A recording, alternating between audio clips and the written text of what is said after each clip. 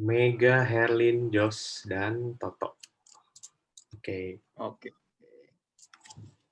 Malam semuanya. Kita tadi udah diprolog sama Ondi. Hari ini kita mau nyanyi live ya. Silakan dipimpin sama teman kita Lukito Arya. Kita beri tepuk tangan.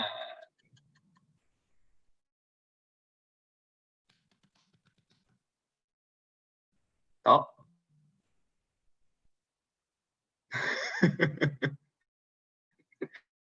Nggak ada kayak video kok. Ntar gue share screen dulu ya teman-teman ya. Karena Toto nggak mau nyanyi live, jadi kita ini aja. Oke. Video sudah kelihatan teman-teman? Sudah. Udah ya? Oke, sip. Thank you teman-teman. Kita mau mengawali dengan doa dulu ya teman-teman. Kita siapkan hati dulu. Kita ambil sikap doa, tenangkan hati, tenangkan pikiran. Kita mau ambil waktu sejenak. Setelah seharian ini kita beraktivitas, malam hari ini kita berkumpul secara virtual. Kita mau sebelum memulai panen, kita mau memuji dan memuliakan nama Tuhan dulu lewat sebuah lagu. Karena kita mau malam hari ini mau belajar untuk lebih mengenal Tuhan. Kita buka dulu dengan tanda kemenangan kita dalam nama Bapa dan Putra dan Roh Kudus. Amin.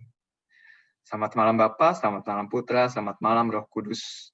Kami mau bersyukur hari ini kami boleh diberikan kesempatan ya Tuhan setelah beraktivitas sepanjang hari dari pagi kami bangun, beraktivitas siang sehingga sampai dengan sore dan malam hari ini kami Engkau berikan kesempatan untuk berkumpul kembali di Zoom meeting virtual ini ya Tuhan.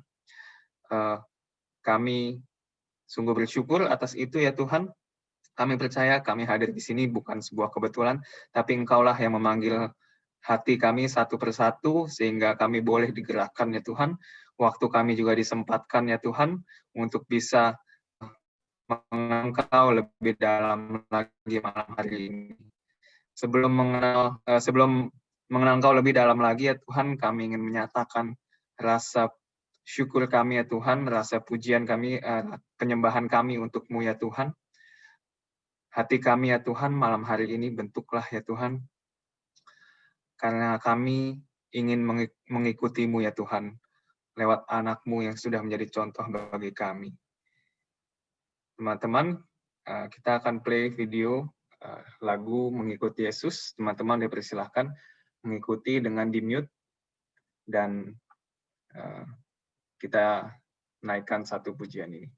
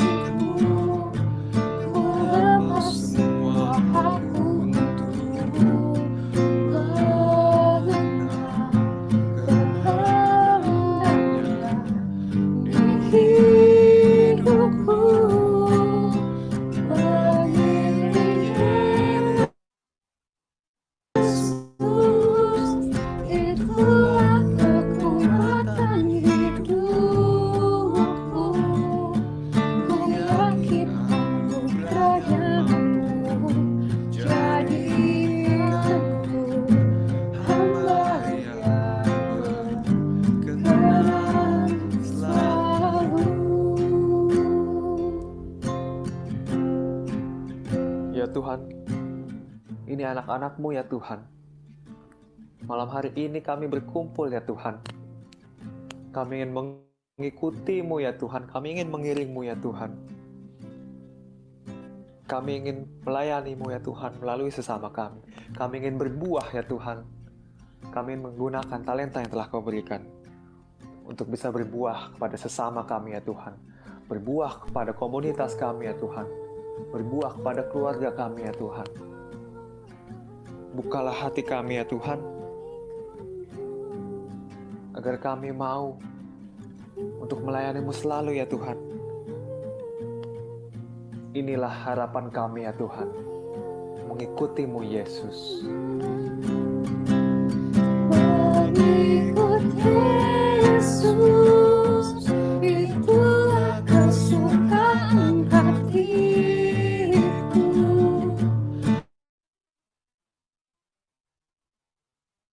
Ku lepas semua aku untuk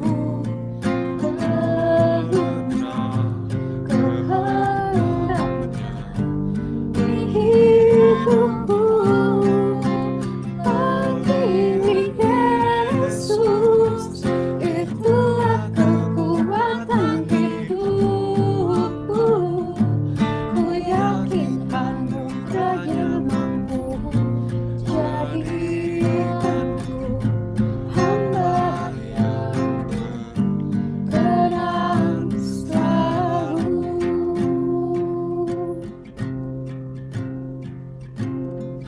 Jadikanku hamba yang berkenan selalu.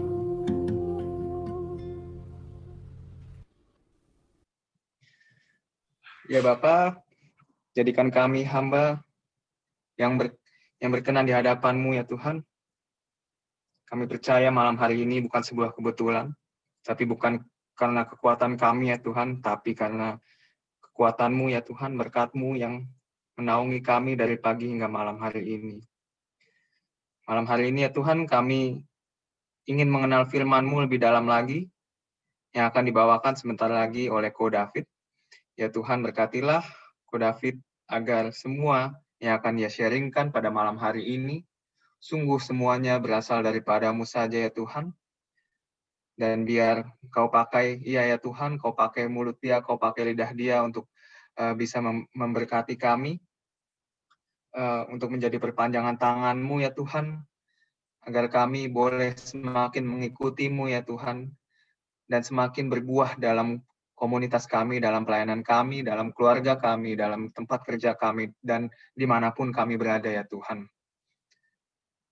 Biarlah malam hari ini ya Tuhan, kami serahkan kepada tangan-Mu, dengan kemuliaan-Mu yang besar ya Tuhan, biarlah nama-Mu semakin tinggi dan kami semakin rendah. Terima kasih ya Tuhan, kami siap untuk mendengarkan firman-Mu. Amin. Amin. Thank you Mega Herlin, Jos Toto buat lagunya. Oke, shalom teman-teman. Ya, Halo. Shalom.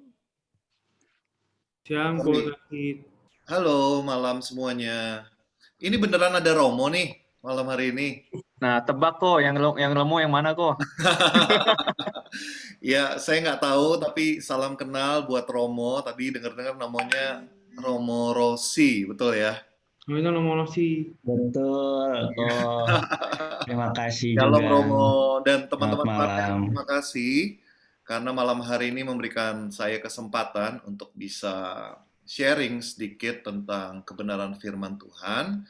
Kalau minggu lalu itu istri saya. Nah, jadi saya akan melanjutkan apa yang sudah disampaikan oleh istri saya. Nah, sekarang saya mau share screen dulu. Oke. Nah, jadi ini.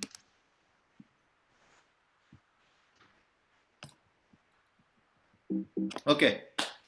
Jadi malam hari ini saya akan memberikan part yang kedua dari Bearing Fruit series, yaitu The Secret. The Secret, rahasia apa? Yaitu rahasia bagaimana kehidupan kita sebagai anak-anak Tuhan ini bisa menghasilkan buah, dan bukan sekedar buah, tapi buah yang berlimpah, karena itulah yang diharapkan Tuhan bagi setiap kita anak-anaknya. Oh, ini nggak bisa Oke. Dari Matius 7 ayat 15 sampai 23, teman-teman. Ya, saya akan bacakan. Dikatakan seperti ini. Waspadalah terhadap nabi-nabi palsu yang datang kepadamu dengan menyamar seperti domba, tetapi sesungguhnya mereka adalah serigala yang buas. Dari buahnya lah kamu akan mengenal mereka. Dapatkah orang memetik buah anggur dari semak duri atau buah ara dari rumput duri? Demikianlah setiap pohon yang baik menghasilkan buah yang baik, sedang pohon yang tidak baik menghasilkan buah yang tidak baik. Tidak mungkin pohon yang baik itu menghasilkan buah yang tidak baik, ataupun pohon yang tidak baik itu menghasilkan buah yang baik. Dan setiap pohon yang tidak menghasilkan buah yang baik, pasti ditebang dan dibuang ke dalam api. Saya lanjutkan. Jadi dari buahnya lah kamu akan mengenal mereka. Bukan setiap orang yang berseru kepadaku Tuhan, Tuhan, yang akan masuk ke dalam kerajaan surga, melainkan dia yang melakukan kehendak Bapakku yang di surga. Pada hari terakhir, banyak orang akan berseru kepadaku Tuhan, Tuhan, bukankah kami bernubuat demi namamu, dan mengusir setan demi namamu, dan mengadakan banyak mujizat demi namamu juga? Pada waktu itulah aku akan berterus terang kepada mereka dan berkata, Aku tidak pernah mengenal engkau. Enyahlah daripadaku, kamu sekalian pembuat kejahatan. Nah, teman-teman, kalau kita lihat bacaan dari Matius 7, 15-23 ini, jelas di situ dikatakan bahwa di tengah-tengah kamu itu akan nampak nabi-nabi palsu yang datang dengan menyamar seperti domba, tetapi sesungguhnya mereka adalah serigala yang buas dikatakan. Saya ingin mengatakan seperti ini. Banyak orang yang bisa aktif melayani, banyak orang yang bisa terlihat baik pada waktu berkumpul, memuji Tuhan, berkomunitas. Banyak orang yang kelihatannya rohani ketika mereka berada di acara rohani atau di dalam gereja. Tapi sesungguhnya mereka tidak akan bisa menipu kita. Kita akan melihat buah dari kehidupan mereka itu dalam kehidupan mereka sehari-hari. Akhir-akhir ini banyak orang kita suka melihat yang namanya itu kemasan. Betul ya? Jadi kita kadang-kadang menilai seseorang itu dari luarnya, dari penampilannya. Tapi sesungguhnya kita akan belajar pada malam hari ini bahwa dari buahnya lah maka pohon itu dikenal. Demikian juga dengan setiap kita. Kita boleh menamakan diri kita adalah anak-anak Katolik. Kita anak-anak Kristen, pengikut Kristus. Tapi orang luar yang bahkan tidak mengenal kita, yang mereka nilai apakah kita itu pengikut Kristus atau tidak adalah ketika mereka melihat perbuatan kita sehari-hari. Apakah mereka menemukan kasih Tuhan di dalam setiap perbuatan kita? Apakah mereka melihat ada buah kasih itu dalam setiap kehidupan kita? Jadi jelas dikatakan di sini bahwa bukan setiap orang yang berseru kepadaku Tuhan, Tuhan yang akan masuk ke dalam kerajaan surga, melainkan dia yang melakukan kehendak Bapakku yang di surga. Saya lanjutkan. Nah, beberapa teman-teman yang mungkin follow IG saya, ya, Dev Adinata, itu memang di mulai kemarin bulan September ini, saya mulai jualan yang namanya mangga alpukat. Nah, malam hari ini saya nggak maksud jualan, tapi saya tertarik untuk membahas daur hidup dari pohon mangga. Saya ambil contoh pohon mangga, kita berbicara mengenai buah ya. Jadi kalau kita lihat di sini, daur hidup dari pohon mangga itu dimulai dari sebuah biji. Kalau kita lihat ya di sini ya. Nah, ini ada bijinya, kemudian dia mulai mengeluarkan akar, ya, mulai bertunas, kemudian dilanjutkan akarnya mulai panjang, tunasnya juga mulai bercabang, mulai rimbun, sampai akhirnya dia menjadi sebuah pohon.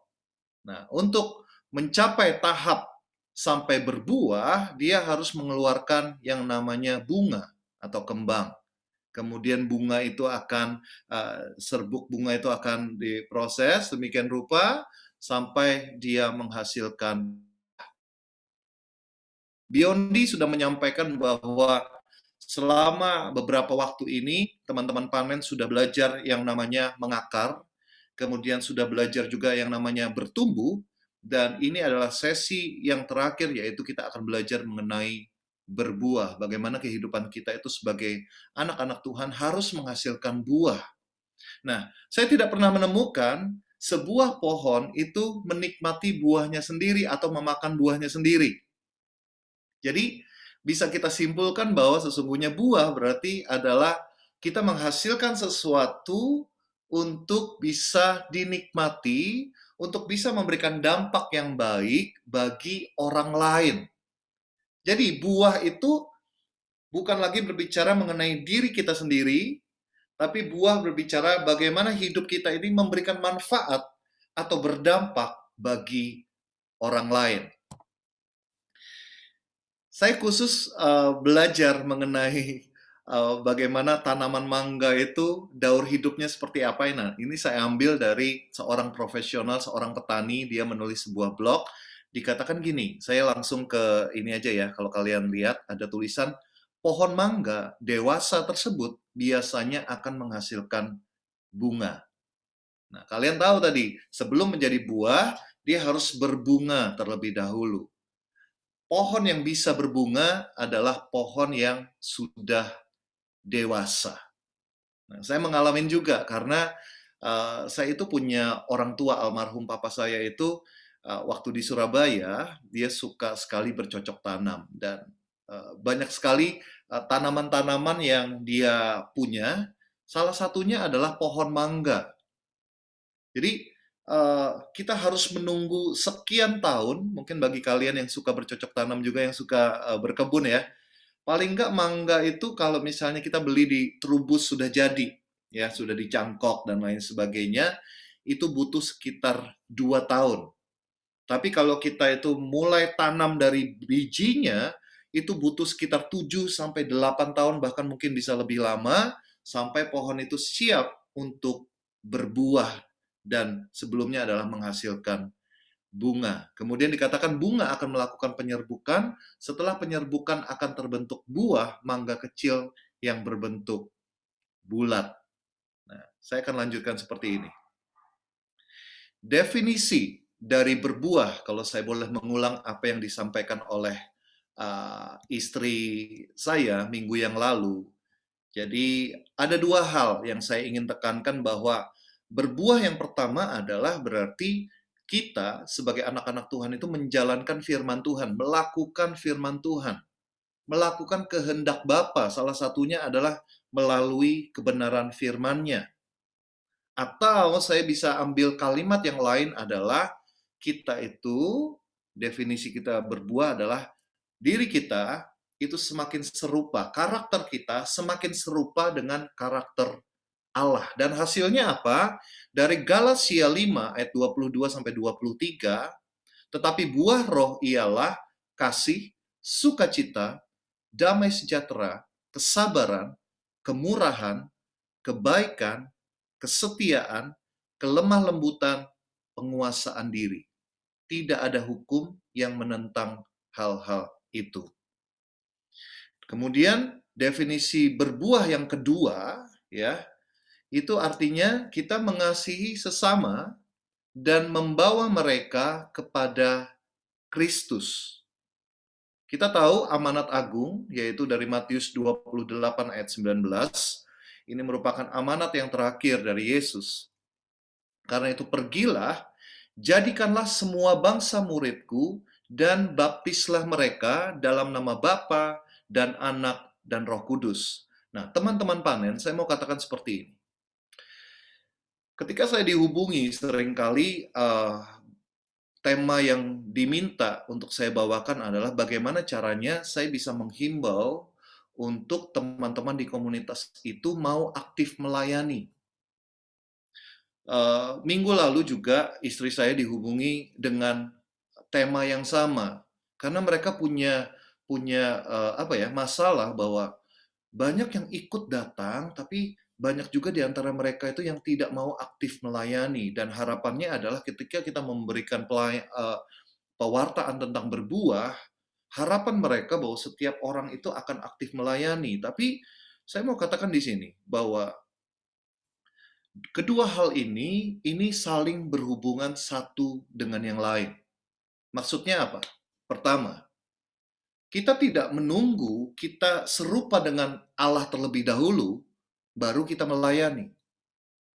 Tapi juga tidak dibenarkan bahwa kita hanya aktif melayani kegiatan-kegiatan rohani, tapi karakter kita tetap adalah karakter yang sama.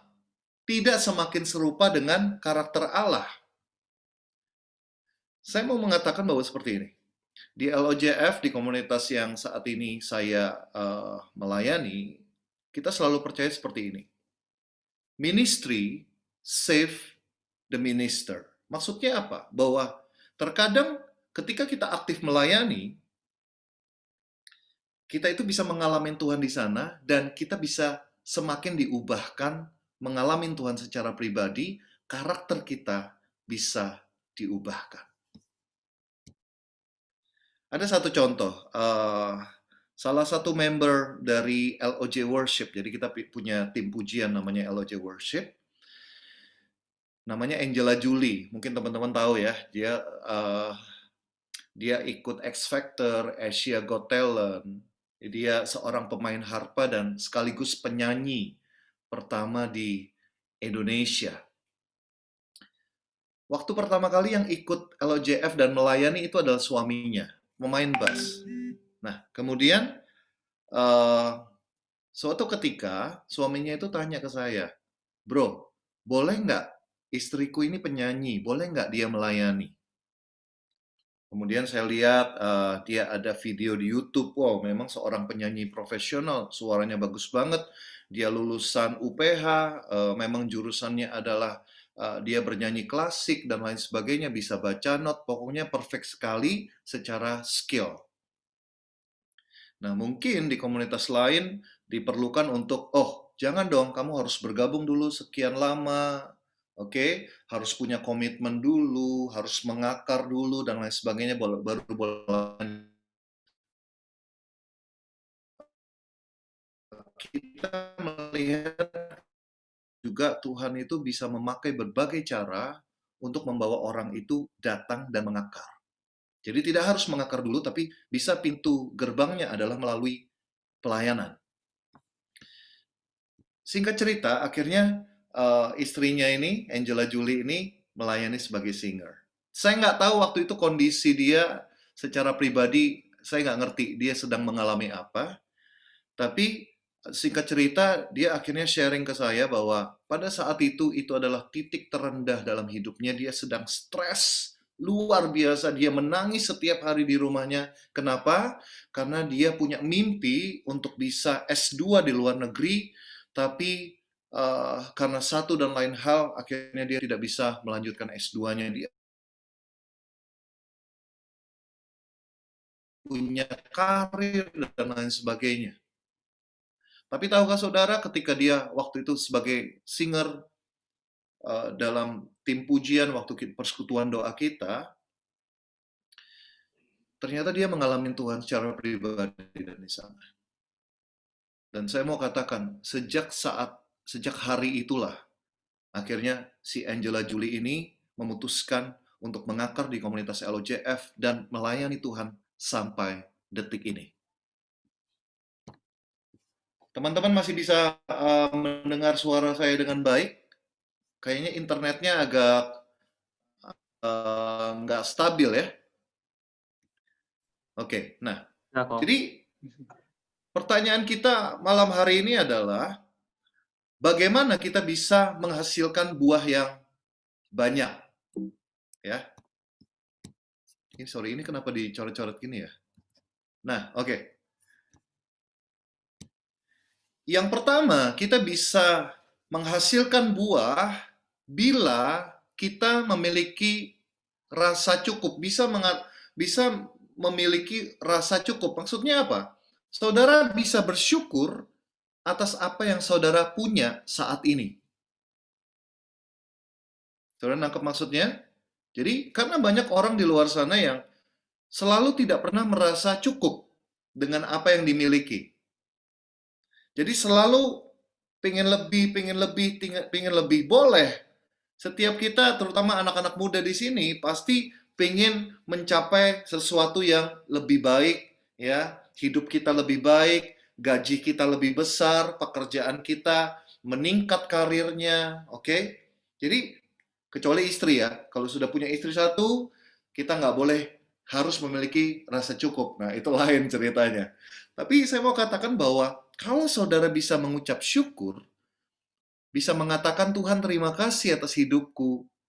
Kalau engkau boleh berkati lagi, boleh nggak apa-apa. Tapi saudara bersyukur cukup, baru saudara bisa menghasilkan buah. Dalam hal ini adalah saudara mau melayani orang lain.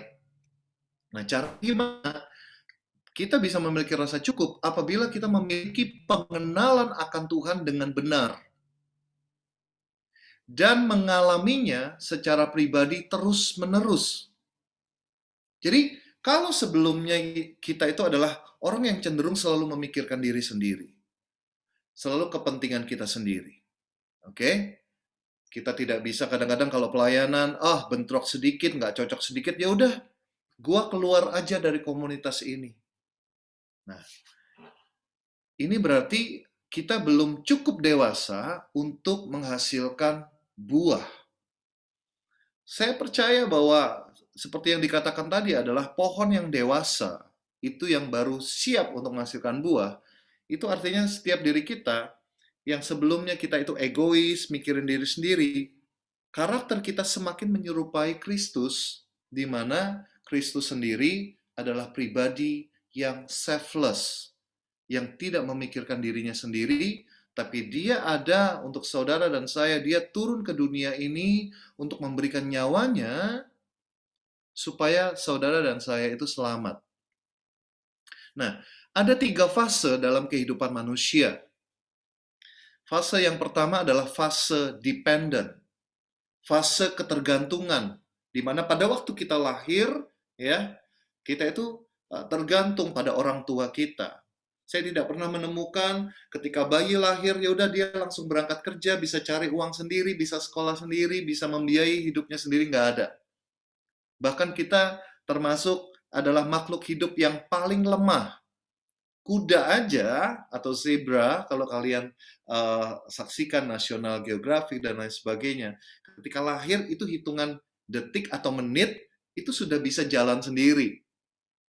Tapi kita manusia, waktu kita lahir, kita cuma bisa oe, kita tergantung. Kita mau apa-apa, mau makan, oe, nangis, ya.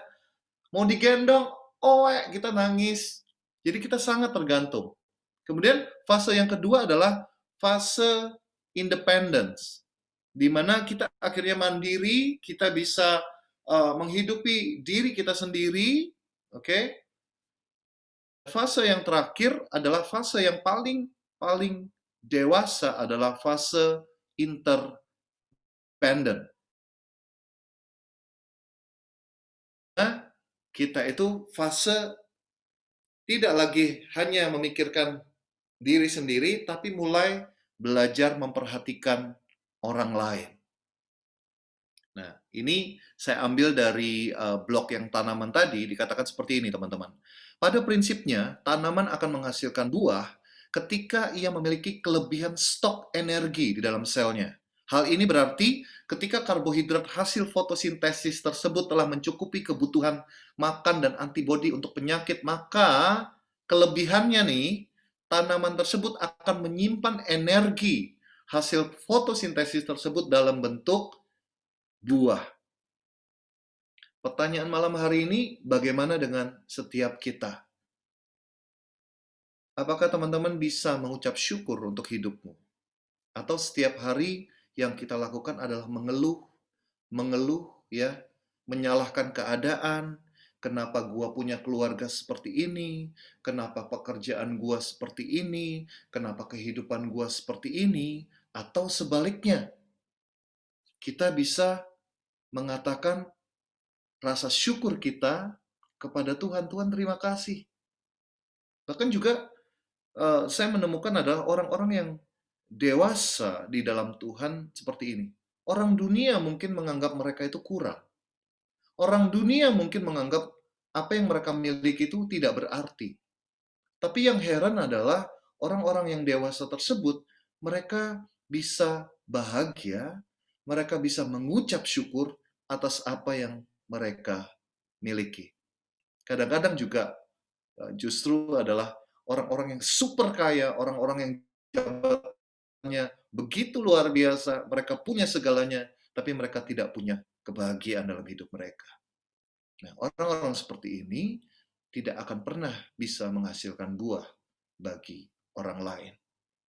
Dan juga harus dibedakan adalah seperti ini. Saya mau katakan bahwa orang-orang kaya itu bisa melakukan kelihatannya ya, kebaikan kepada orang lain. Tapi apakah didasari dengan hal yang benar atau dalam hal ini adalah sungguh-sungguh didasari oleh kasih? Orang-orang bisa berbuat baik, tapi belum tentu mereka berbuat benar. Tapi saya mau katakan adalah orang-orang yang hidup dalam kebenaran, pasti hidupnya akan menghasilkan kebaikan.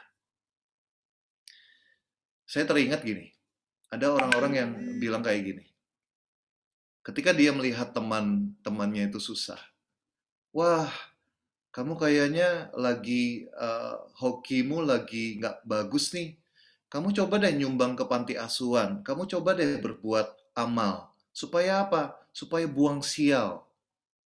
Nah, ini tidak dipercayai oleh kita pengikut Kristus bahwa ketika kita melakukan sesuatu, menolong orang lain, dasarnya adalah ketika saudara memiliki kasih di dalam hidupmu dan hatimu.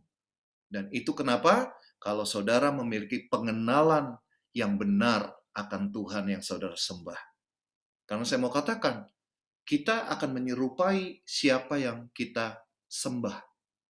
Tujuan kita, goal kita adalah semakin lama kita semakin serupa dengan Yesus Kristus. Amin.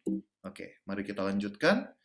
Filipi 2 ayat 5-8. Nah, ini adalah contoh Tuhan yang kita sembah. Dikatakan gini, hendaklah kamu dalam hidupmu bersama menaruh pikiran di dalam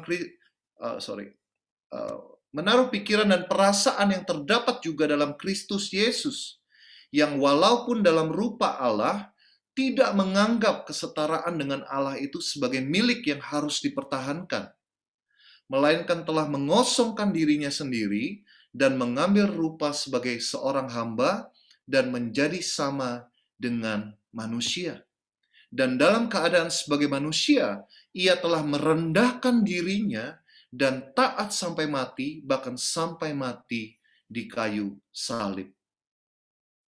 Dari bacaan ini, sudah jelas bahwa Tuhan yang kita sembah, Tuhan Yesus Kristus sudah memberikan contoh yang nyata. Jadi Tuhan kita itu Tuhan yang hidup.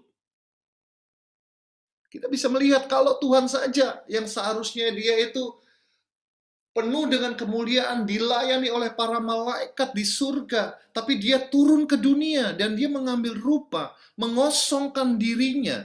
Ya, dalam bahasanya itu kenosis, berarti mengosongkan dirinya, menanggalkan apa yang dia miliki, menanggalkan kemuliaannya. Untuk apa? Untuk mati di kayu salib. Dan tujuannya, goalnya adalah supaya saudara dan saya itu mengalami keselamatan. Jadi jelas bahwa tidak ada pamrih sama sekali. Ketika Yesus disalib, tidak ada pamrih. Yang ada adalah kasih, karena dia ingin melihat kita diselamatkan, teman-teman. Nah, bagaimana dengan motivasi pelayanan kita? Seringkali kita menganggap bahwa ketika kita sudah melayani sebagai apa, sebagai worship leader, sebagai pembawa firman, perlengkapan dan lain sebagainya, atau mungkin ketika saudara melayani di gereja, sebagai kur, lektor, banyak sekali rupa-rupa pelayanan. Tapi apa yang menjadi dasar? Apakah sungguh-sungguh kasih? Supaya orang lain bisa mengalami kasih yang sama seperti yang kita alami pertama kali dengan Tuhan, atau motivasi-motivasi yang lain. Karena jujur aja semakin lama di dunia pelayanan, saya banyak menemukan bahwa banyak mereka yang motivasinya itu tidak benar-benar didasari oleh dasar yang benar, yaitu kasih. Ada yang cari duit, ada yang cari popularitas. Oke? Ada yang cari pujian bahkan. Eksistensi diri. Kalau mungkin di rumah mungkin tidak ada yang berbicara atau menganggap, tapi begitu di pelayanan kita menerima perhatian, kita menerima. Apakah itu salah? Saya mau katakan kalau kita ingin melayani seharusnya dasar kita adalah dasar yang benar. Tapi saya juga tidak menutup kemungkinan bahwa itu merupakan proses bagi saudara, dan suatu saat saya percaya Tuhan akan memurnikan motivasi kita untuk melayani Dia dan berbuah. Amin. Oke, saya lanjutkan dengan slide berikutnya. Yohanes 12 ayat 23 sampai 24. Tetapi Yesus menjawab mereka, katanya, telah tiba saatnya Anak Manusia dimuliakan. Aku berkata kepadamu, sesungguhnya jikalau biji gandum tidak jatuh ke dalam tanah dan mati, ia tetap satu biji saja. Tetapi jika ia mati, ia akan menghasilkan banyak buah. Kenapa saya angkat ayat ini? Saya ingin menggarisbawahi, tetapi jika ia mati. Biji gandum itu harus jatuh ke dalam tanah dan mati. Supaya apa? Supaya ia bisa mengakar, bertumbuh, dan menghasilkan buah yang banyak. Demikian juga dengan kita. Ketika kita berkomunitas, ketika kita seperti ini ya, kita mendengarkan firman Tuhan, sesungguhnya ini adalah proses kita untuk mematikan kedagingan kita. Supaya apa? Supaya roh kita yang mengambil alih, saudara. Dan itulah yang nanti akan menghasilkan buah roh yang akan bisa dinikmati oleh keluarga kita, oleh teman-teman kita, oleh teman komunitas kita, gereja kita, bahkan sampai dunia. Orang lain akan melihat bahwa ada buah kasih di dalam hidup kita. Kemudian, poin yang kedua adalah kita harus selalu siap, kalau kita ingin berbuah banyak, kita harus selalu siap untuk mengalami proses dibersihkan, dimurnikan, dan diobati, tapi saya mau teruskan, terus-menerus. Saya itu punya pohon mangga, nanti saya akan tunjukkan fotonya. Tapi saya mau bacakan dulu dari Yohanes 15 ayat 2. Mengatakan seperti ini. Setiap yang tidak berbuah, dipotongnya, dan setiap ranting yang berbuah, dibersihkannya supaya ia lebih banyak berbuah. Jadi dikatakan bahwa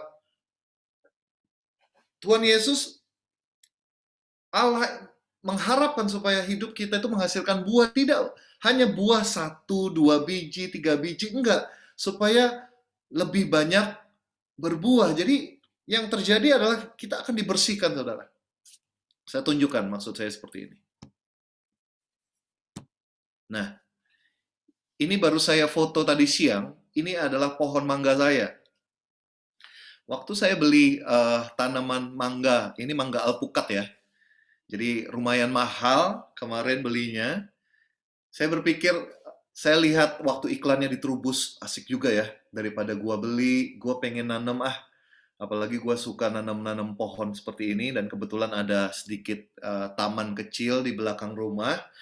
Jadi saya beli waktu itu. Itu tahun 2018, Juli, waktu saya pindah dari apartemen di Tebet, kemudian pindah ke Cipinang Indah sini, rumah saya sekarang.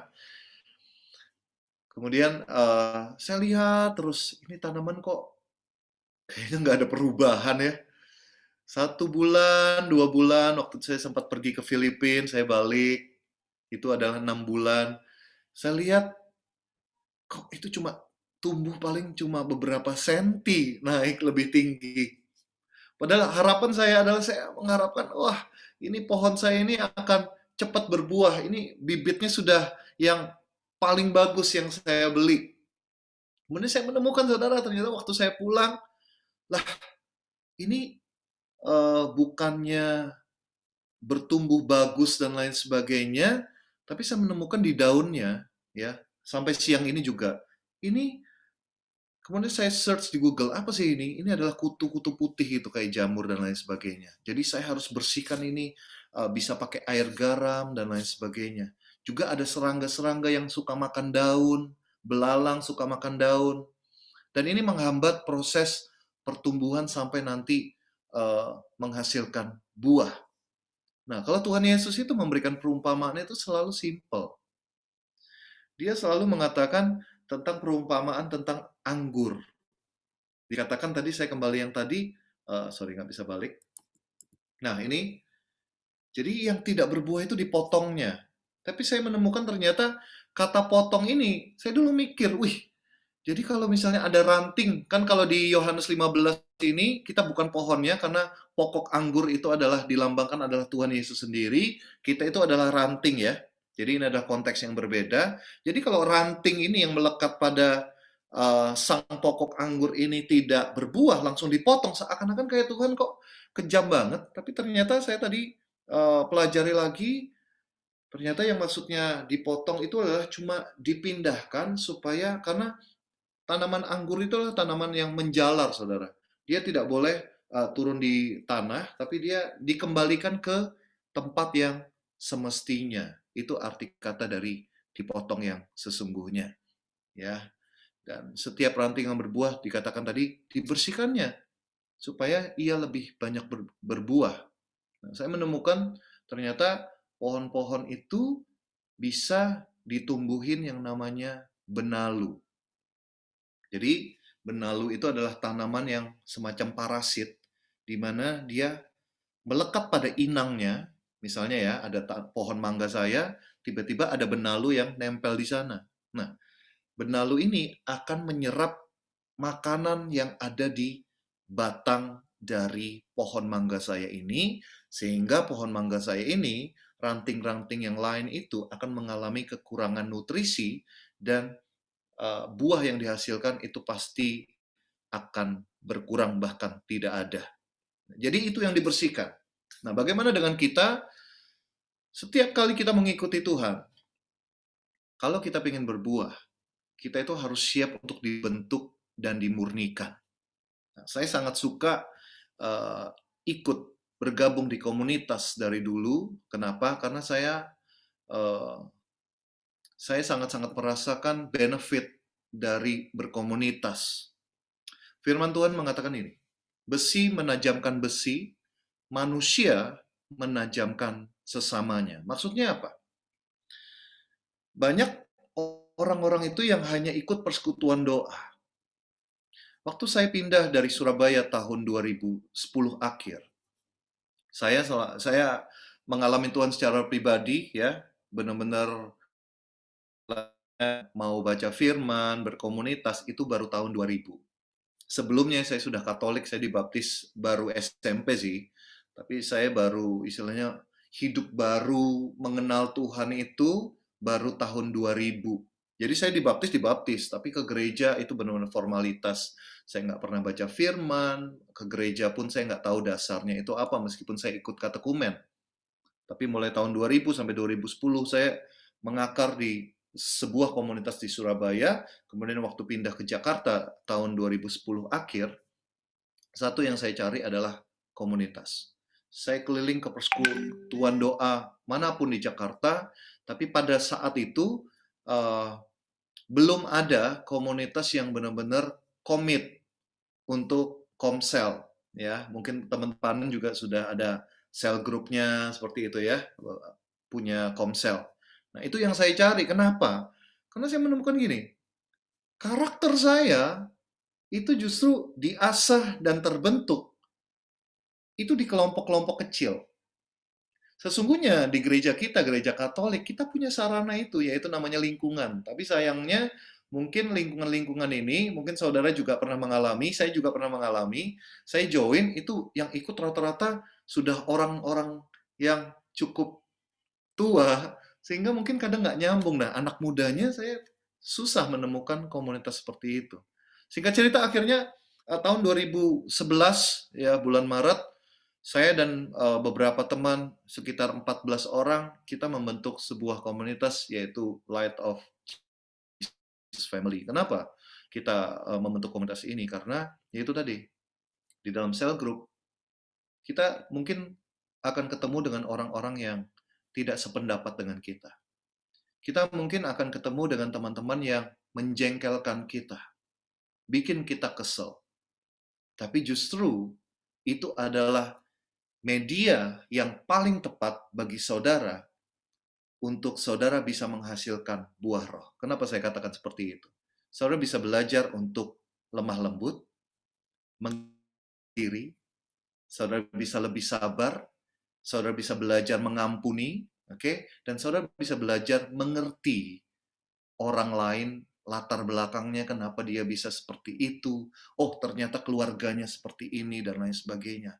Itu yang membuat saudara akan semakin dewasa dan menghasilkan buah.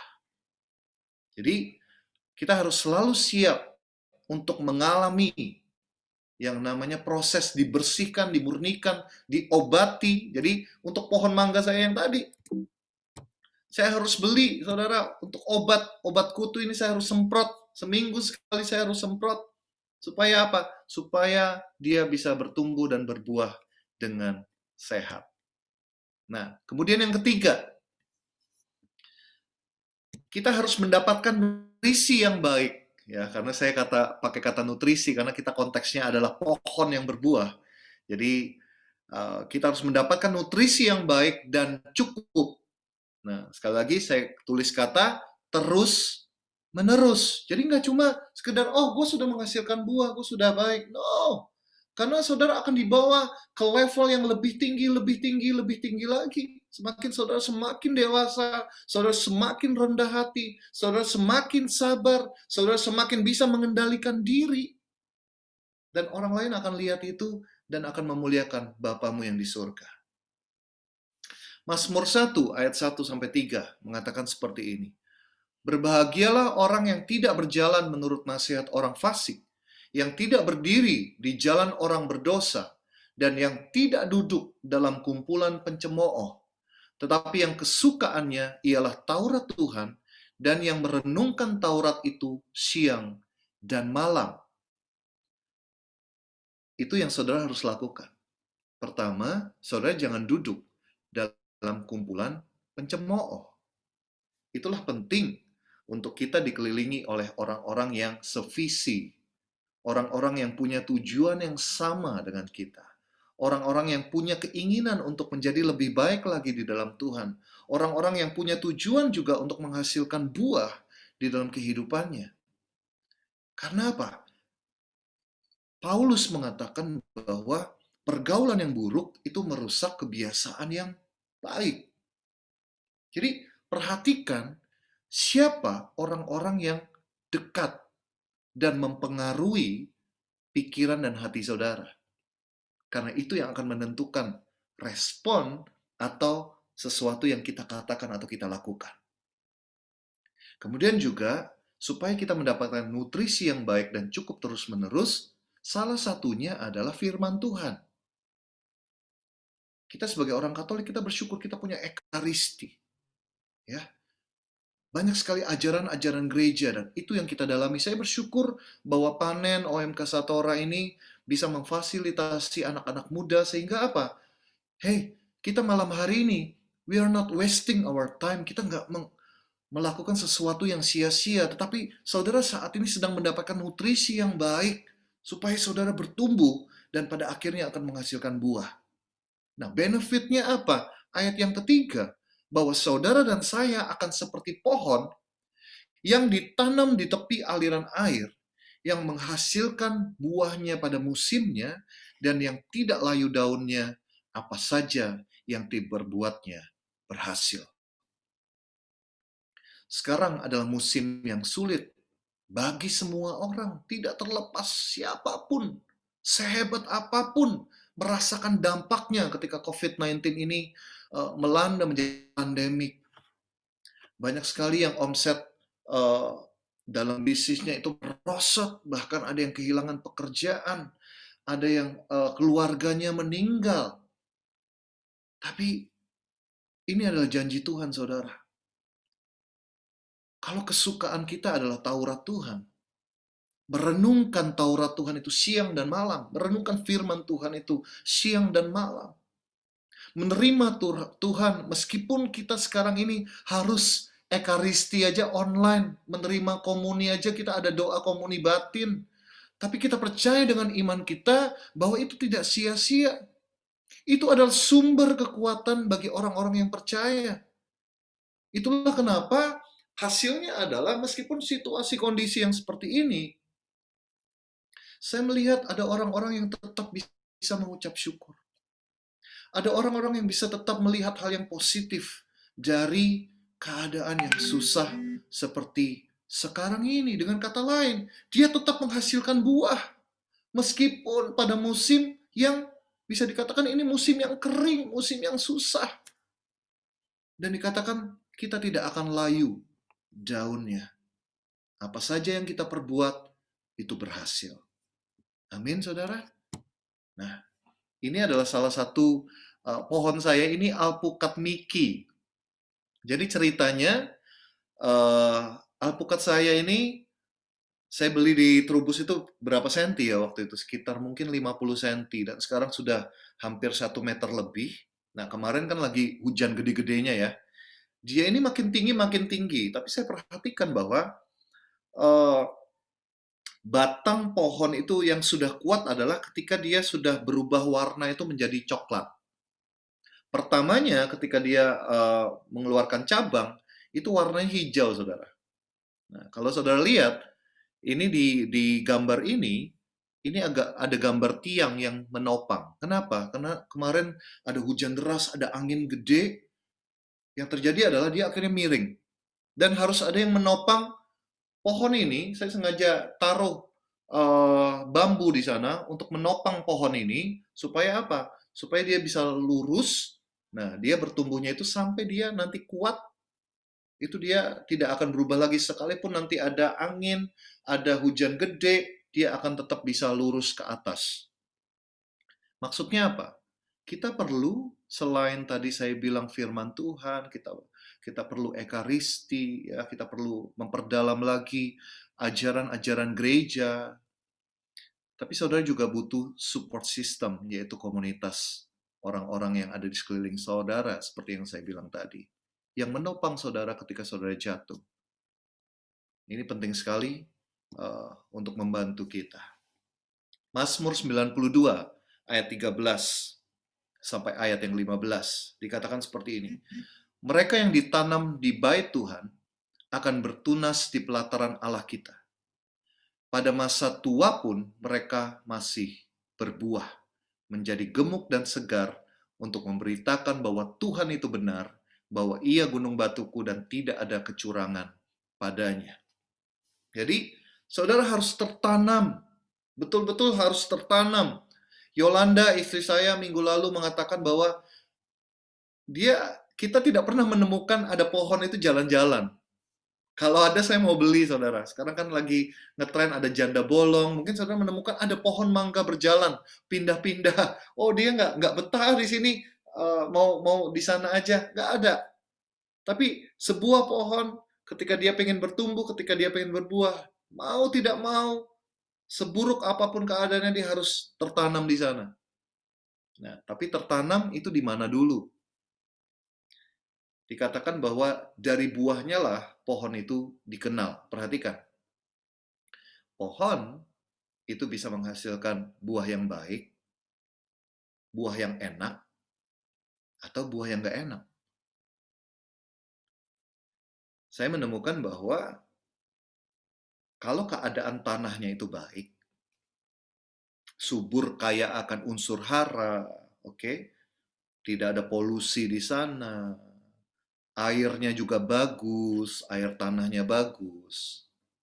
maka bisa dipastikan bahwa pohon itu akan bertumbuh dengan baik dan akan berbuah, menghasilkan buah yang baik.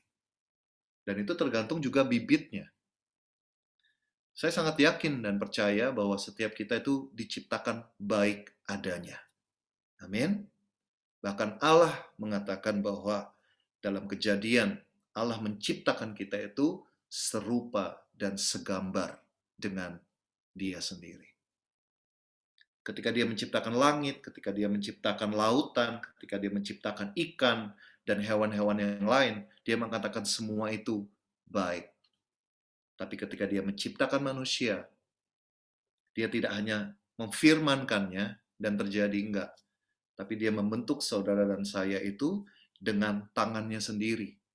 Bahkan dikatakan Dia menghembuskan rohnya, nafasnya, nafas kehidupan itu ke dalam diri kita. Dan Allah mengatakan kita itu sungguh amat baik. Itulah kenapa kalau kita tertanam di bait Tuhan, kita melekat kepada sang pokok anggur yang benar, Tuhan kita Yesus Kristus, maka kemuliaan Tuhan itu juga akan ada dalam diri kita. Saya sangat yakin bahwa kita akan menghasilkan buah yang baik dalam kehidupan kita, asal kita tertanam di bait Tuhan. Mother Teresa mengatakan seperti ini, bahwa di akhir kehidupan kita, kita tidak akan dihakimi dari banyaknya sekolah kita, kayak title kita yang telah kita terima, atau banyaknya uang yang kita sudah hasilkan, bukan banyaknya hal yang sudah kita lakukan, tapi kita akan dihakimi dengan apa? Apakah ketika ada orang yang lapar, kita memberi mereka makan? Atau ketika ada orang yang tidak berpakaian, yang telanjang, saudara membantu dia, memberikan dia pakaian?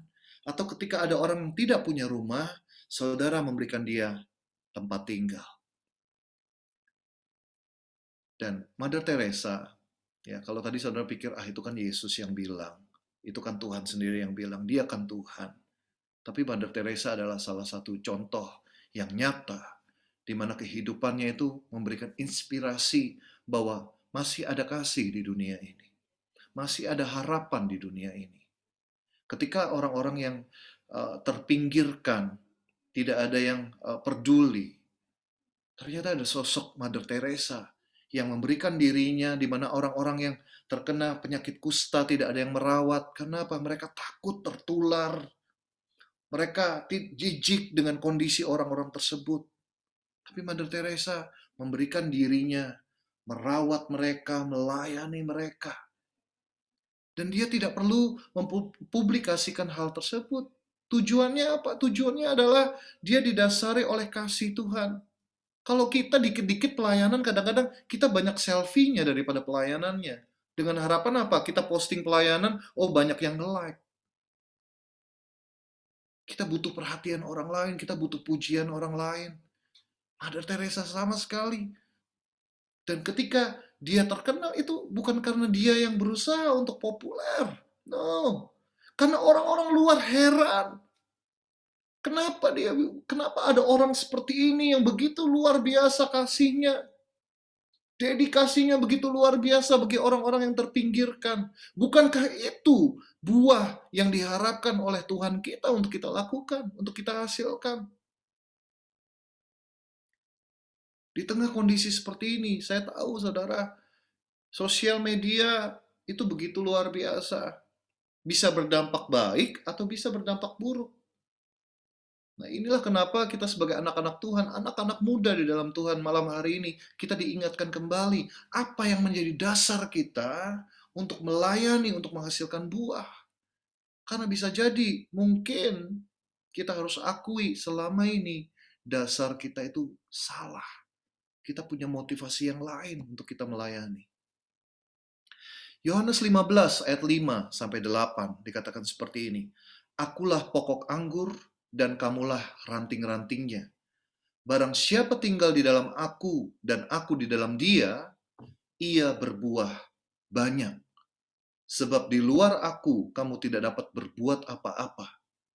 Barang siapa tidak tinggal di dalam aku, ia dibuang keluar seperti ranting dan menjadi kering, kemudian dikumpulkan orang dan dicampakkan ke dalam api, lalu dibakar. Jikalau kamu tinggal di dalam aku dan firmanku tinggal di dalam kamu, mintalah apa saja yang kamu kehendaki, dan kamu akan menerimanya.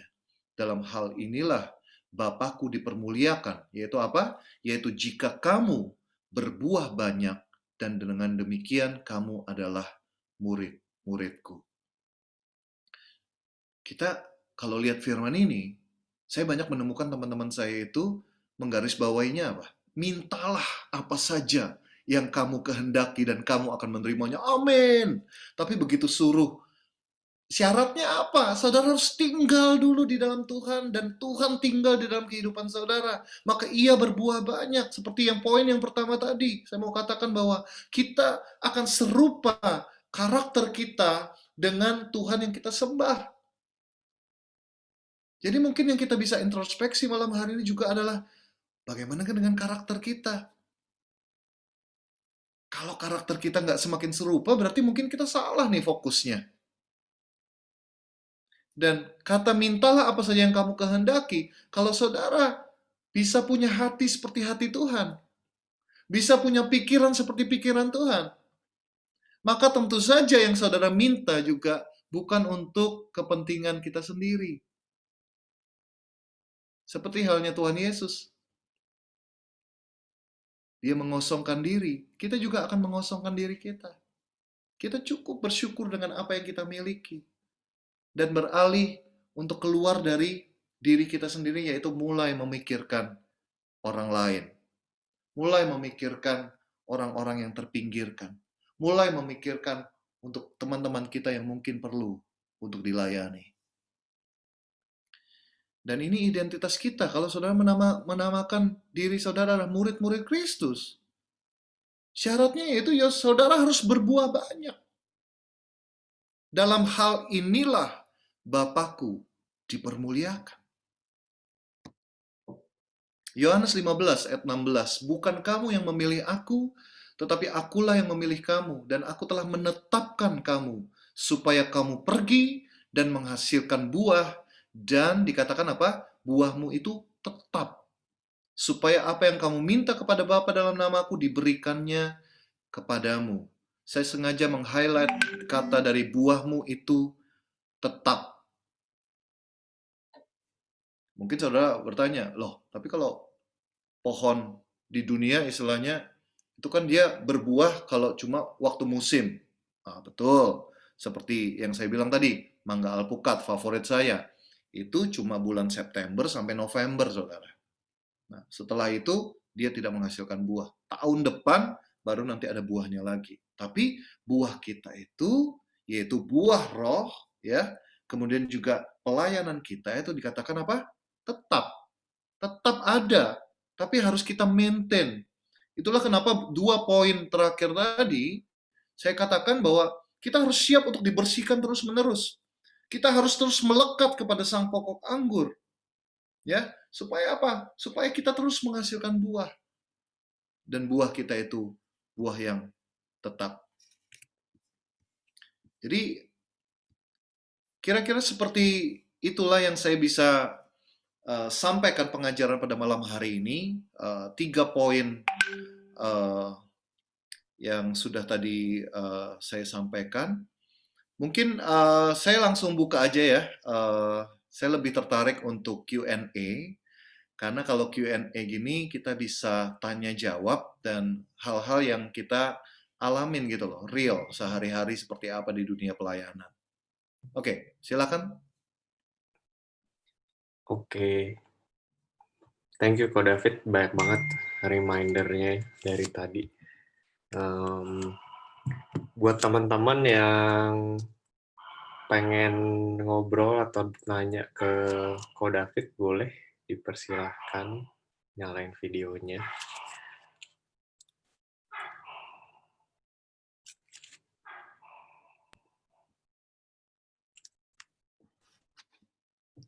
Kalau belum ada, aku Ini udah ada beberapa pertanyaan kok, coba Oke. aku tanya ini ya.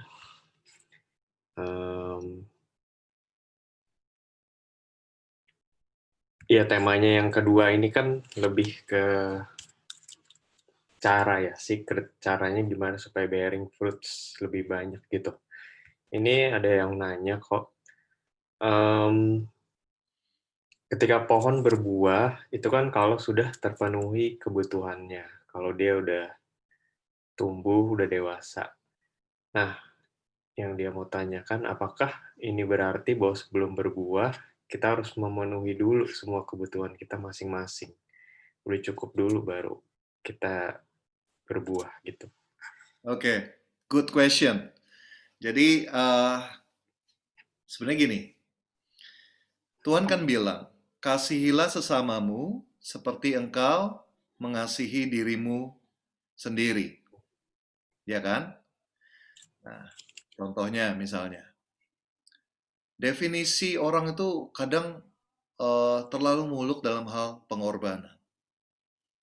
Oh, dia boleh melayani di luar banyak, tapi keluarganya sendiri, istilahnya, atau dirinya sendiri itu belum oke. Maksud saya gini, kita baru bisa memberikan yang terbaik kalau kita itu mengasihi diri kita sendiri, baru kita bisa memperhatikan orang lain dan memberikan yang terbaik buat mereka. Karena apa? Kita sudah melakukannya terlebih dahulu.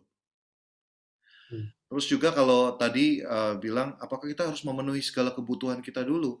Sebenarnya ini relatif ya. Seperti saya bilang tadi, bahwa kalau kita, standar kita merasa cukup itu seberapa dulu? Karena ada beberapa orang yang dia punya rumah ukuran 45 meter persegi, dia sudah merasa cukup. Tapi ada orang yang punya rumah gede, 2 tingkat, 3 tingkat, tapi dia merasa itu nggak cukup. Nah, itulah kenapa tadi aku bilang bahwa kita harus juga terus mengakar dalam Tuhan. Kita harus juga semakin kita menyembah Tuhan, kita berkomitmen untuk berdoa, untuk membaca firman. Kenapa? Supaya kita bisa bersyukur atas apa yang kita miliki. Kira-kira seperti itu. Dan aku setuju juga kita harus punya yang namanya balance di dalam hidup kita. Karena aku juga nggak mau gini, ada orang-orang yang bisa melayani luar biasa kemana-mana, tapi nggak ada waktu untuk keluarganya. Ada orang yang melayani hebat ya di luar ya, tapi pekerjaannya berantakan. Nah, ini juga nggak benar. Jadi bagaimana kita bisa mengatur prioritas-prioritas dalam kehidupan kita, itu juga penting untuk dilakukan. Gitu kira-kira bro, semoga menjawab. Thank you kok. Kalau berasa cukup, itu salah satu kuncinya ya. Betul. Jadi lebih gampang buat memberi gitu. Karena biasa kebutuhan apa ya? Ya kebutuhan pokok kita Tuhan tuh udah selalu kasih tahu, kasih juga ke kita kan. Jadi iya lebih gampang kalau kita bisa lebih sadar dan bisa berbuah gitu. Benar, benar. Iya, iya. Iya nih, ada nggak teman-teman yang mau ngobrol sama Ko David? Nggak setiap kali lo kita bisa panggil. Oke, ada nih pertanyaan ya. Aku bacain ya. Jika kita udah melayani Tuhan, tetapi kita mulai bosan dengan pelayanannya, apakah tidak apa-apa untuk keluar dulu sementara dari pelayanan, tetapi masih doa dan ke gereja saja dan tetap baik kepada sesama? Mungkin berasa jenuh kali ya dengan pelayanan ya. Dan itu sangat-sangat wajar kita sebagai manusia itu kalau kita melakukan sesuatu itu terus-menerus, itu kadang-kadang kita terjebak pada hal yang namanya rutinitas. Mungkin perlu juga untuk break sementara waktu. For me, it's okay. Kamu perlu untuk recharge dulu, kamu perlu juga untuk ganti suasana, dan nggak ada yang salah dengan hal tersebut. Tapi perhatikan juga eh, eh, apakah posisi tersebut sangat vital, andai kata nggak ada orang lain yang menggantikan, mungkin sangat penting banget gitu ya. Susah untuk dicari gantinya dan itu bisa berdampak nggak baik untuk komunitas atau pelayanan. Mungkin bisa dibantu dulu untuk mengkader teman-teman yang kira-kira bisa replace posisi tersebut. Supaya apa? Supaya ini pelayanan juga nggak jadi berantakan nih. Seperti itu. Mungkin itu bisa menjawab. Thank you. Ya, thank you kok.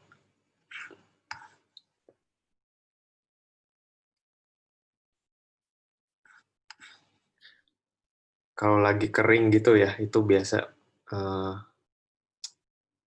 cara jadi semangat lagi gitu gimana caranya?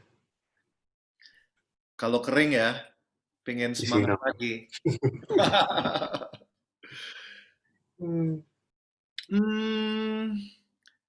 Aku sih gini ya. Jadi kita itu harus cari cara. Contoh, kalau aku biasanya gini. Aku itu akan coba cari, karena aku suka lagu pujian kan. Nah, aku biasanya akan cari lagu-lagu pujian, kemudian aku praise and worship gitu loh untuk recharge. Karena pujian dan penyembahan itu bisa bikin aku connect sama Tuhan dan itu yang kadang-kadang tanpa aku rencanakan pun itu Tuhan bisa kayak bikin hatiku itu udah kayak nggak kering lagi gitu loh. Terus juga pentingnya seperti tadi komunitas, teman-teman yang support, ya mungkin eh, seperti Yolanda ada kasih nggak ya, kalau kayak arang gitu, ya kalau dibakar gitu ya, kalau misalnya arang itu diambil, ya nggak berkumpul dengan arang-arang yang lain yang sedang terbakar itu, lama-kelamaan memang karena angin, ya akhirnya itu mulai nggak membara lagi. Itulah kenapa pentingnya terus berkomunitas. Nah, aku dalam hal ini di LOJF, eh, aku selalu memaksa diriku, ya, karena gini, ikut komunitas itu bukan berdasarkan cuma perasaan, tapi lebih ke komitmen. Jadi, semalas-malasnya aku, udah, meskipun, aduh aku lagi bete, aku lagi nggak enak, tapi aku harus tetap ikut cell group deh. Nah, seringkali ketika aku melakukan tersebut, ada sharing dari teman-teman yang lain itu yang tiba-tiba mengingatkan kembali, merecharge kembali. Nah, itulah kenapa Paulus bilang kan, janganlah menjauhkan dirimu dari pertemuan-pertemuan yang seperti ini, yang bisa membangkitkan iman kita, membangkitkan semangat kita lagi kepada Tuhan. Dan teman-teman, kalau kalian bisa berhasil dalam berkomitmen, maka bisa dipastikan juga ini nanti akan sangat berguna ketika mungkin teman-teman single itu masuk ke dunia pernikahan. Kenapa aku bilang seperti itu? Ya, ini yang sudah menikah banyak nggak sih di panen ini? Atau masih single semua rata-rata? Mulai banyak kok. Mulai banyak ya. Nah, apalagi ada Romo di sini. Romo ini pasti juga akan banyak dikonselingin ya sama pasangan-pasangan yang merasa aku kok merasa nggak cocok, udah nggak ada rasa lagi, udah nggak ada hati lagi. Perhatikan, pernikahan itu sebuah komitmen dan komitmen itu tidak tergantung dari perasaan. Contohnya adalah Tuhan Yesus sendiri. Kalau Tuhan Yesus itu baper, bayangin, Minggu Palma itu dielulukan. Wah, Immanuel, Raja Daud, dan lain sebagainya. Tapi minggu depannya, orang-orang yang sama mengatakan apa? Salibkan dia, salibkan dia. Nah, kita tahu sendiri, tadi aku udah bilang, Tuhan Yesus itu datang ke dunia untuk apa? Untuk menyelamatkan umat manusia. Dia datang dengan intensi yang baik, supaya kita selamat. Tapi dia dapat apa? Penolakan. Dari orang-orang yang mau diselamatkan. Lah kalau baper, dia bilang, udah gue turun aja deh dari salib. Ngapain juga, ini nggak tahu diri orang-orangnya. Tapi kan Tuhan kita nggak kayak gitu. Sekali dia punya visi, dia mau menyelamatkan manusia, dia menyelesaikannya sampai akhir. Demikian juga dengan kehidupan pernikahan, demikian juga ketika kita mengikut Kristus. Ketika kita dibaptis, itu berarti kita berkomitmen mengikut Kristus sampai akhir hidup kita. Nah, aku tahu anak-anak muda sekarang, di zaman sekarang, yang pasti bukan anggota panen lah, sangat-sangat susah untuk mengambil yang namanya itu komitmen. Itulah kenapa kan kalau budaya barat gampang banget mereka, ya udahlah ya tinggal bareng. Alasan mereka kan sama aja, itu cuma sebuah status, no. Tapi saya sangat salut bagi teman-teman di sini yang berani untuk di depan altar, untuk berjanji kepada Tuhan, mengambil komitmen untuk sehidup semati. Kenapa mereka nggak mau berkomitmen seperti itu? Karena kalau nggak cocok mereka gampang untuk cabut. Dunia membawa kita kepada ajaran-ajaran tersebut. Makanya ini diingatkan kembali malam hari ini teman-teman bahwa mengikut Yesus tadi nyanyi kita bisa ya. Tapi bagaimana dengan prakteknya? Nah, ini ujian kita. Ya, godaan banyak, tapi percayalah bahwa bersama dengan Tuhan ketika kita benar-benar mengakar, benar-benar erat dalam Tuhan, kita nggak akan digoyahkan dengan badai apapun. Itu sih kira-kira.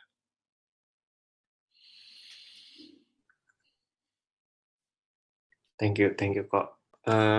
Tadi ada singgung soal yang orang-orang di luar panen ya. Ini ada pertanyaan satu juga menarik. Ya. Dia kayak terjebak dalam pergaulan yang dia tahu ini tuh kurang baik gitu. Dan dia tuh pengen berbuah di dalam pergaulan itu. Cuman dia takut karena menurut dia yang bisa ubah orang kan cuma dirinya sendiri dan Tuhan gitu. Jadi ya gimana sih caranya supaya dia bisa tetap semangat berbuah gitu. Oke. Kita tidak akan pernah bisa mengubah orang lain, betul. Yang bisa mengubah orang lain itu adalah Tuhan sendiri, ya. Tapi ingat bahwa Tuhan Yesus juga bilang bahwa Tuhan Yesus datang itu bukan untuk orang-orang yang sehat. Tapi seperti tabib, ia datang untuk orang-orang yang sakit. Dan kemudian prakteknya gimana dengan kita? Sudah tahu itu pergaulannya buruk, teman-temannya negatif, teman-temannya suka pornografi, teman-temannya suka hal-hal yang udah nggak karuan lah. Apakah terus kita harus menjauhkan diri dari mereka? Saya bilang gini, atur persentasenya itu dengan hal-hal yang positif. Jadi ibaratnya gini, kalau kita maju perang, kita harus pakai perlengkapan perang. Ya, kalau di Alkitab istilahnya perlengkapan senjata Allah. Ya, kita berkomunitas, kita bergaul dengan orang yang positif, ya, kita rajin ekaristi, hal-hal yang positif. Nah, itu menjadi bekal bagi kita untuk kita bisa apa?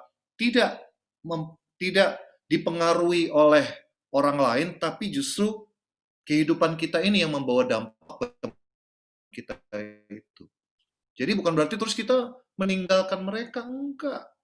Justru kalau kita tahu teman-teman kita itu perlu Tuhan, kita harus tetap jadi teman mereka. Tapi jangan seperti mereka. Jangan ikut seperti mereka. Makanya prosentasenya itu harus ditingkatkan yang positif. Supaya kita ada bekalnya dulu. Untuk nangkis yang kita nggak kepengaruh. Gitu. Kira-kira seperti itu. Jadi aku juga waktu aku hidup baru, ya aku tetap berteman dengan teman-temanku. Tapi intensitasnya aku lebih banyak berkomunitas. Ya, aku lebih banyak di pelayanan dan lain sebagainya. Tapi aku tetap berteman dengan mereka, tidak meninggalkan mereka. Meskipun awal-awal mereka bilang, wah kok David berubah, ini sok suci, sekarang nggak mau nonton BF lagi, dan lain sebagainya kayak gitu. Jadi teman-temanku dulu ya kayak gitulah, ya kalian pasti mengalami juga. Tapi it's okay, itu memang konsekuensi yang aku harus jalani karena aku tahu kebenaran seperti apa dan aku pingin aku jadi orang yang lebih baik. Meskipun dengan resiko mungkin teman-teman kita yang menjauhi kita, tapi kita jangan menjauhi mereka. Kira-kira seperti itu. Ya, thank Ya, you kok. menjawab ya, semoga menjawab. Semoga menjawab. Iya, jangan sampai malah kebawa jadinya ya. Kalau Nah, komunikasinya benar. ini nggak siap, nggak siap lawan. Ya. Dan itu lebih menarik loh. Dunia itu lebih Jauh. atraktif memang. Nah itu. Tapi kalau kita benar-benar, makanya kita harus mengakar dalam banget supaya kita nggak keseret ke sana. Karena itu sangat menarik sekali. Kita harus akui. Ya Mo ya, bener ya Mo. Romo-romo aja bisa ketarik, apalagi kita istilahnya.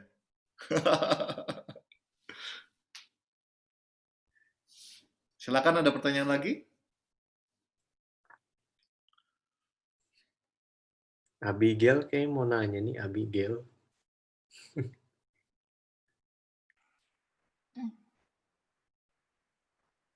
Udah isi di itu.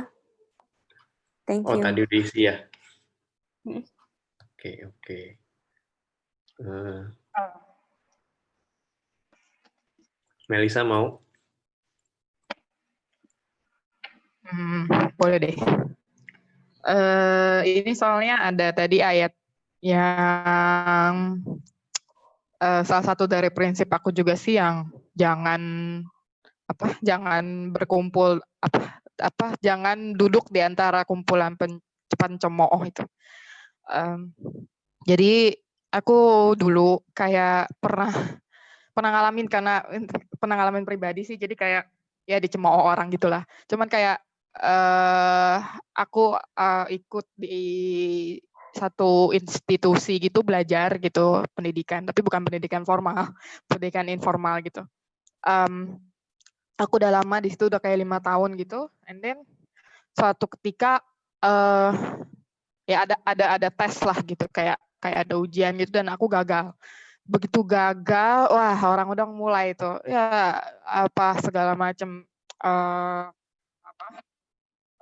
cemoohan gitu ya. Terus kan aku mikir gini, kayak aku stay nggak ya gitu, tapi tetap kayak even kayak orang tua aku aja bilang, kamu udah dijelek-jelekin kayak gitu masih mau stay gitu, manfaatnya apa gitu, maksudnya kayak esensinya apa masih mau di situ. Terus udah gitu kayak aku mikir ya, tapi kan udah lama juga gitu, tanggung juga, mau keluar juga gitu kan. Tapi terus kayak udah akhirnya aku tahanin sampai kayak beberapa bulan. Pas terakhir ini kok aku ngerasa juga, kok iya bener ya, ngapain juga di sini, karena kayak pada akhirnya itu ya udah lewat dari kejadian gagal itu, terus pas mau bangkit lagi kayak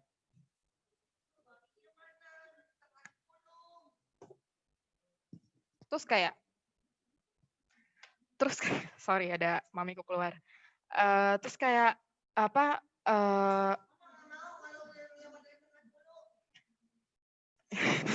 sorry, ya terus udah kayak ya nih nyokap rese emang. Terus udah kayak terakhir gitu. Terus udah terakhir kayak gitu, terus kayak aku juga mikir ya, kayak kok aku mau bangkit, aku mau memulai lembaran baru, tapi kok ini orang masih ngungkit-ngungkit ya. Kayak, loh kan kamu kemarin gagal, kamu kan kemarin begini, kok emang kamu bisa gitu, kayak terus aku mikir, kok kayaknya kerendahin banget gitu ya, maksudnya kayak, ya emang kalau kemarin gagal, besok gagal lagi, ya kan enggak gitu kan. Maksudnya terus udah gitu kayak, terus aku mikir akhirnya ya karena mendengar firman yang jangan duduk di antara kumpulan pencemooh ini, terus aku akhirnya mikir bahwa, oh Tuhan aja bilang gitu ya, jadi kayak maksudnya ya lebih baik mungkin keluar dari situ supaya tidak dicemooh lagi atau gimana gitu. Tapi terus aku mikir kayak, salah nggak sih aku keluar tuh, tapi kayak kok sekarang aku mikir, aku belajar di tempat lain, aku keluar dari situ belajar di tempat lain, sekarang kayak kok malah progres aku nggak secepat di tempat itu gitu, kayak aku pengen masuk lagi ke tempat itu, tapi kayak entar dicemooh lagi, entar diinin lagi gitu. Jadi kayak bingung gitu loh, kok gimana ngadepin gitu. Satu sisi udah nggak sanggup dicemoohin, tapi satu sisi lain ini gimana ya, aku salah atau enggak gitu, aku jadi bingung. Thank you. Oke. Nah, kalau masalah salah apa enggak, aku nggak tahu realnya seperti apa, tapi yang pasti adalah seperti ini, bahwa kalau sampai kita itu abusive banget, memang kita harus ada apa ya, boundary. Jadi kita harus bikin jarak, dan seperti yang aku bilang sebelumnya adalah lebih perbanyak kepada kumpulan-kumpulan yang bisa membangun, yang positif, ya. Sehingga apa? Karena self image kita itu bisa rusak karena dari cemoohan-cemoohan, perkataan-perkataan negatif orang lain, dan yang sebelumnya itu confidence, yang sebelumnya self image kita itu mungkin sudah dipulihkan Tuhan, itu bisa jadi loh, karena perkataan negatif itu kita jadi rusak lagi self image-nya. Itulah kenapa harus tetap dijaga. Ibaratnya gini, kalau yang suka nyelam gitu ya, nah kita kan tahu habitat kita ini itu di darat, dan air itu bukan habitat kita. Apakah kita nggak boleh masuk ke dalam air? Boleh. Tapi kita harus pakai perlengkapan alat selam. Supaya kita bisa masuk, ya kita tetap hidup. Nah, itu maksudku. Jadi perlengkapi dirimu, sebenarnya dimanapun, kita akan tetap bisa menjadi dampak, bukan terdampak. Asal kita melekat kepada sang pokok anggur yang benar tadi. Kira-kira seperti itu sih. Semoga bisa menjawab ya, Sis Melisa. Iya, thank you kok.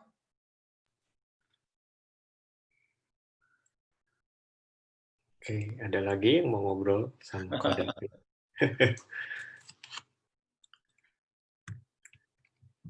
Nanti minggu depan baru barengan nih sama istri sharing. Jadi berdua kita minggu depan. Iya, minggu depan judulnya The Minggu Fight. depan 2 minggu lagi ya bro ya? 2 minggu lagi, sorry. Iya, 2 minggu lagi. Minggu depan kita bahas dulu yang sesi hari ini. Kok ada pertanyaan yang lain? Ada nih kok teman kita yang kehilangan pekerjaan gara-gara pandemi ini. Terus kita jadi nggak bisa serve community lagi. Gitu. Terus gimana caranya supaya bisa tetap fruitful walaupun kondisinya seperti ini gitu. Oke. Sebenarnya melayani itu kan banyak ya. Banyak bidang gitu loh. Dan mungkin kalau misalnya terdampak sekarang nggak ada kerjaan, apakah ini berhubungan dengan materi atau dengan apa? Nah, ini kan sebenarnya di sini kan ketuanya Biondi ya. Jadi bener ya. Jadi mungkin bisa alternatif melayani dalam bidang apa gitu loh, yang tidak memerlukan kekurangan dalam hal tersebut gitu loh. Maksudnya seperti itu. Apalagi sekarang kan kita nggak harus pergi kemana, paling mungkin yang keluar sekarang ini adalah budget untuk internet aja yang semakin gede mungkin. Kira-kira seperti itu. Jadi melayani dalam banyak hal sih, seperti aku bilang tadi, berbuah itu bisa berbuah juga di keluarga kita, ya kan? Kita melayani keluarga kita. Sekarang ini banyak di WA grup itu, ibu-ibu pada ngomel, yang biasanya anaknya itu sekolah, pulang udah capek, main sebentar udah tidur, sekarang dari pagi sampai malam, terus besok pagi lagi harus sama ibunya. Nah, Romo juga ya, Mo, ini mungkin waktunya pemulihan keluarga, hubungan antara anak dengan orang tua yang biasanya nggak ada waktu, sekarang waktunya banyak banget. Jadi, menurutku sih melayani itu banyak ya. Aku nggak tahu kan, nggak secara spesifik itu melayaninya di bidang apa, tapi kita bisa melayani tetap bahkan dari kekurangan. Kita memberi dari kekurangan, justru itu yang luar biasa sih, gitu loh. Di LOJF sendiri juga banyak teman-teman yang mungkin mereka itu bingung mau pelayanan apa. Nah, berdoa juga melayani sih sebenarnya. Jadi kalau ada orang lain yang butuh untuk didoakan, ya ada wujud doa, mungkin panen, ada bikin mengumpulkan siapa nih, nah itu bisa melayani juga, doakan wujud-wujud doa, itu salah satu bentuk kasih dan melayani juga sih. Jadi banyak banyak bidang yang kita bisa layani. Itu sih. Oke, thank you kok. Buat Romo Rossi, ada tanggapan?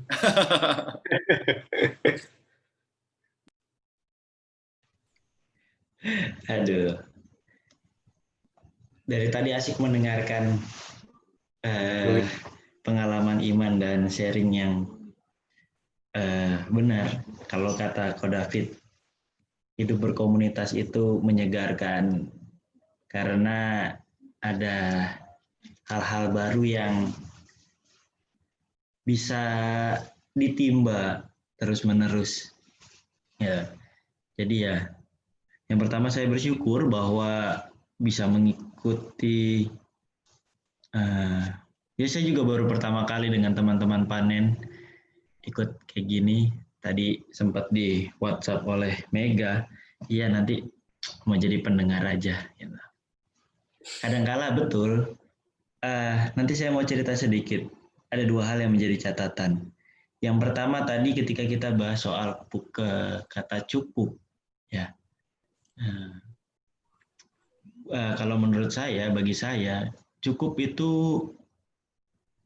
pada titik tertentu membuat kita sampai pada suatu keputusan iman.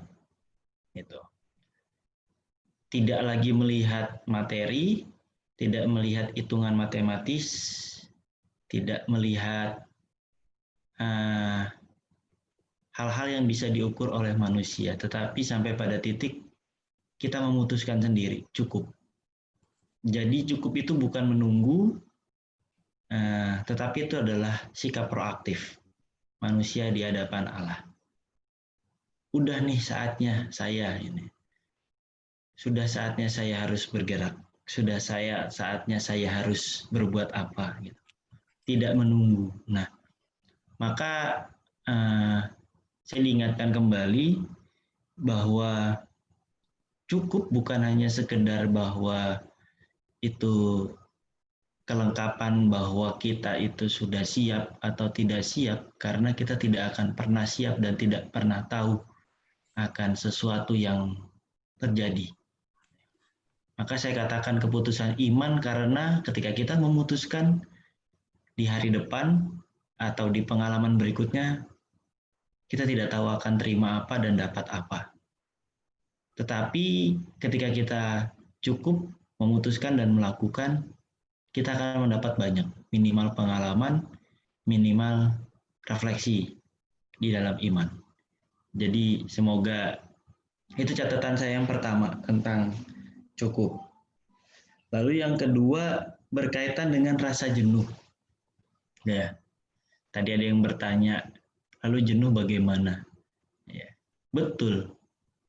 Mungkin jenuh karena kita terlalu banyak bicara atau terlalu banyak bekerja. Gitu. Saya sendiri juga merasakan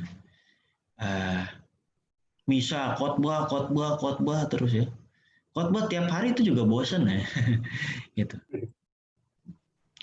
Bukan dalam arti bosan lalu tidak mau berkhotbah, bukan, tetapi perlu diimbangi dengan tadi yang menjadi salah satu poinnya, entah kedua atau ketiga adalah suatu nutrisi. Dan nutrisi itu kadangkala bukan hanya sekadar pengetahuan, tetapi waktu tenang. Jadi waktu yang tenang ketika kita cuma bisa duduk, memejamkan mata, lalu berdoa ala kadarnya, ya. Artinya dengan apa adanya, ya. Kita tidak perlu memikirkan kata-kata yang indah, ya. Itu juga nutrisi. Gitu. Selain itu juga mendengar, seperti pengalaman malam hari ini, ya sudah, saya coba menjadi pendengar yang baik. Ya. Dari awal sampai akhir, coba mengikuti. Melepas seakan-akan gue jadi imam tuh tahu segalanya, enggak juga. Gitu. Karena saya pun juga harus belajar dari teman-teman, dari pengalaman umat, dari pengalaman rekan-rekan komunitas. Nah, mendengarkan ini sesuatu yang sulit, tetapi butuh gitu. Kadangkala kita jenuh karena kita sudah habis energi. Ini saya sudah kasih ini, kasih itu, kok saya nggak dapat. Ya karena kita nggak pernah punya waktu untuk merasakan apa yang kita dapat. Gitu. Karena yang kita dapat tidak selalu langsung kita terima. Ya nih, kalau jadi imam enak, kelihatan langsung dapat stipendium. Enggak, bukan itu. Artinya itu bisa dirasakan, tetapi bukan balasan itu yang Tuhan beri, tetapi justru balasan yang kita rasakan ketika punya waktu tenang. Nah, kalau saya itu mencoba untuk membuat suatu catatan-catatan refleksi harian. Hari ini ada apa, punya pengalaman iman apa. Karena ketika saya nggak bisa mendengar banyak cerita, minimal saya mendengar apa yang saya rasakan dari sebuah catatan saya. Jadi buku refleksi saya adalah cerminan saya untuk membantu saya mendengarkannya. Jadi kayak gini, ini buku harian saya. Jadi kalau bosan tinggal baca ini. Oh pernah marah sama pastor kepala gitu ya. Bukan pastor kepala yang sekarang, di tempat-tempat yang sebelumnya. Gitu. Oh pernah ada konflik dengan umat, dengan segala macam. Oh ada pengalaman kegembiraan.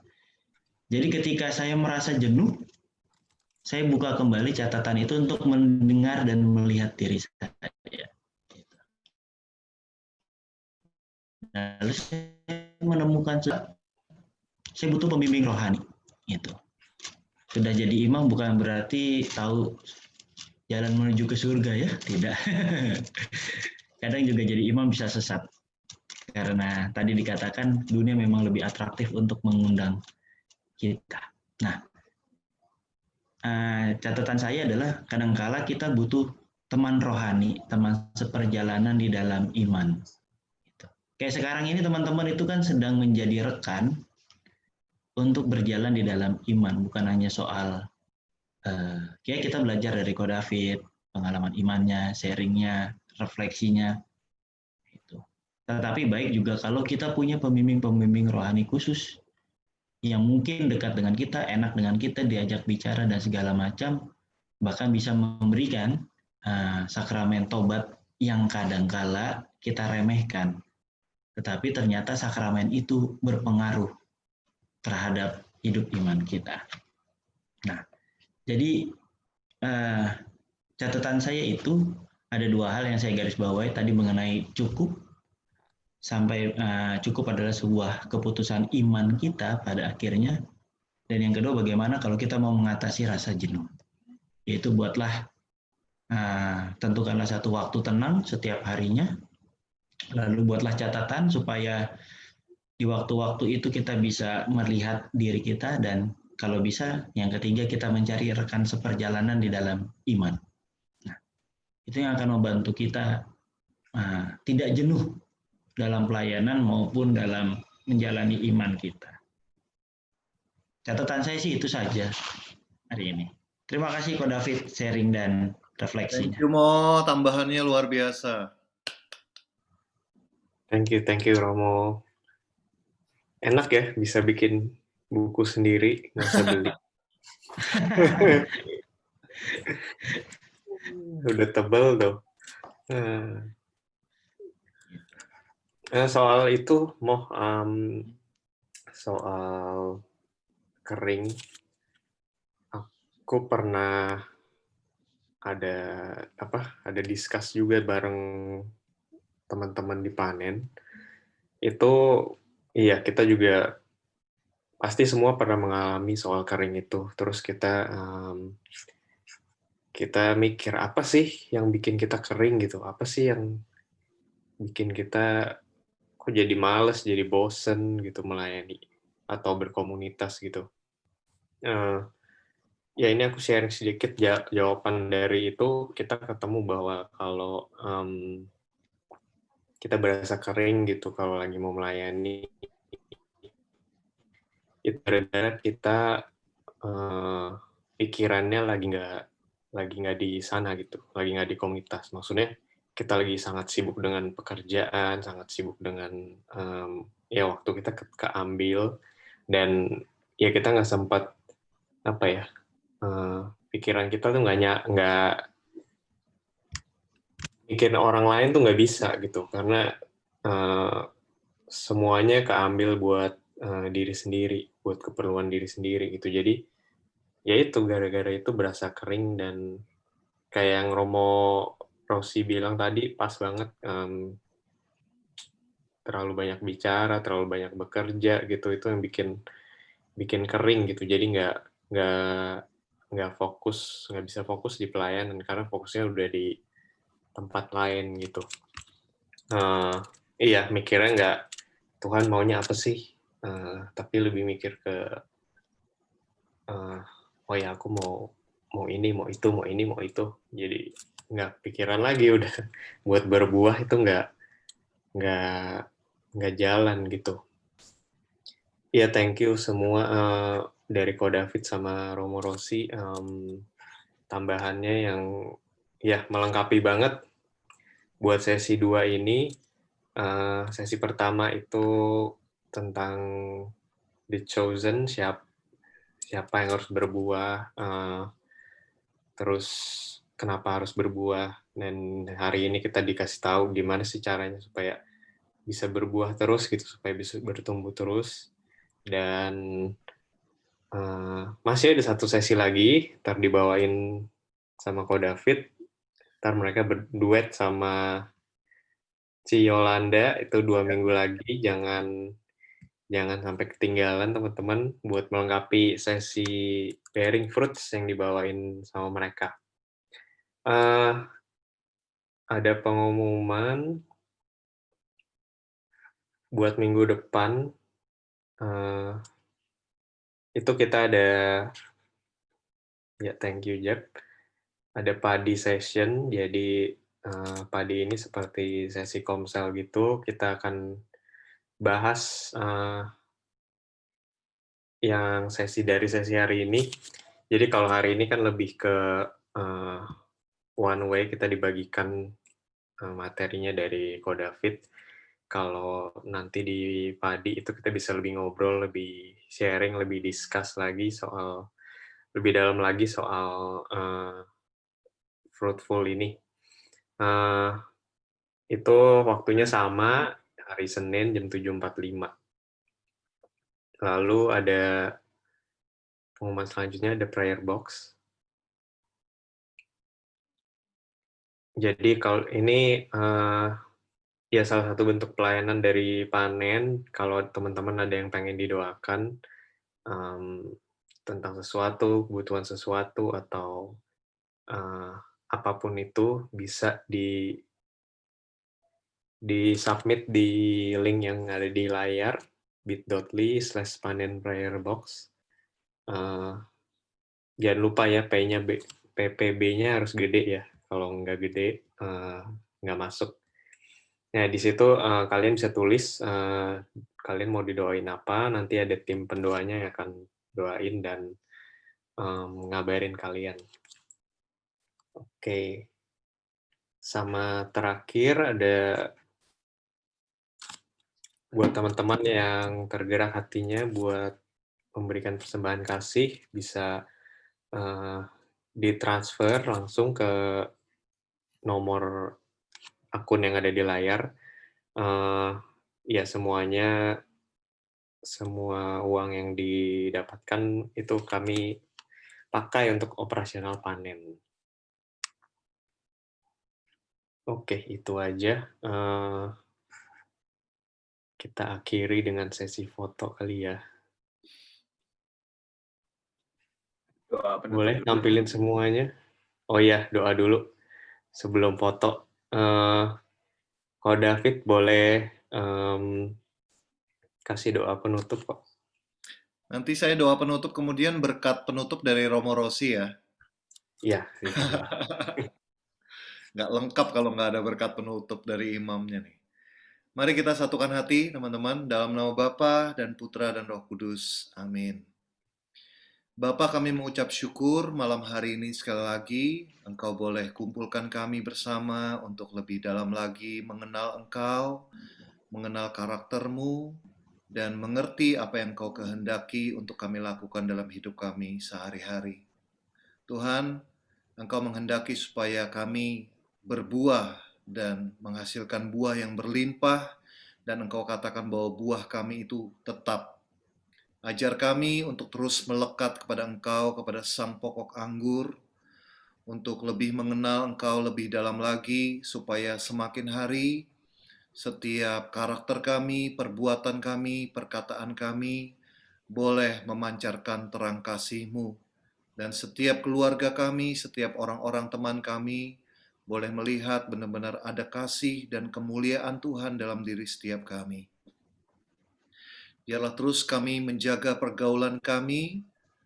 Tuhan, kami rindu bahwa kami terus boleh bersekutu bersama, kami berkomunitas, memiliki tujuan yang sama, bahwa semakin hari setiap diri kami boleh semakin menjadi pribadi yang lebih baik lagi di dalam Engkau. Terima kasih Tuhan untuk setiap panitia yang boleh mengorganize acara pada malam hari ini. Kiranya Engkau berkati setiap pelayan-pelayanmu, Engkau berkati komunitas panen ini, supaya semakin hari mereka boleh semakin bertumbuh dan berbuah bagi kemuliaan nama Tuhan. Bunda Maria, Engkau Bunda yang senantiasa mendoakan kami, Bunda. Doakanlah terus supaya hidup kami semakin hari boleh menyenangkan hati putramu. Terimalah salam dan hormat kami. Salam Maria, penuh rahmat Tuhan sertamu. Terpujilah Engkau di antara wanita, dan terpujilah buah tubuhmu Yesus. Santa Maria, Bunda Allah, doakanlah kami yang berdosa ini, sekarang dan waktu kami mati. Amin. Dan saat ini kami siap untuk menerima berkat dari Engkau sendiri. Tuhan sertamu dan sertamu juga. Semoga saudara-saudariku sekalian, teman-teman muda semuanya, keluarga kita, istirahat malam kita, serta niat-niat baik kita senantiasa dilindungi, dibimbing dan diberkati oleh Allah yang Maha Kuasa, dalam nama Bapa dan Putera dan Roh Kudus. Amin. Terima kasih Romo untuk Terima kasih Kak Thank David, you. Yondi, semuanya teman-teman. Thank you teman-teman semuanya. Mohon maaf kalau ada salah kata atau apapun. Semoga jadi berkat. Mantap semuanya. Boleh kasih tepuk tangan virtual buat semuanya. Tepuk tangan virtual. Ya udah, boleh nyalain videonya, kita mau foto.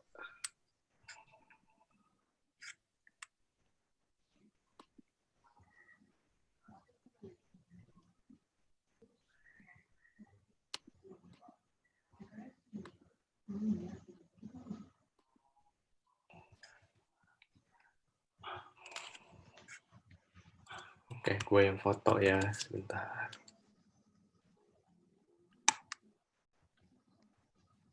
Oke, page 1 dulu. 1, 2, 3.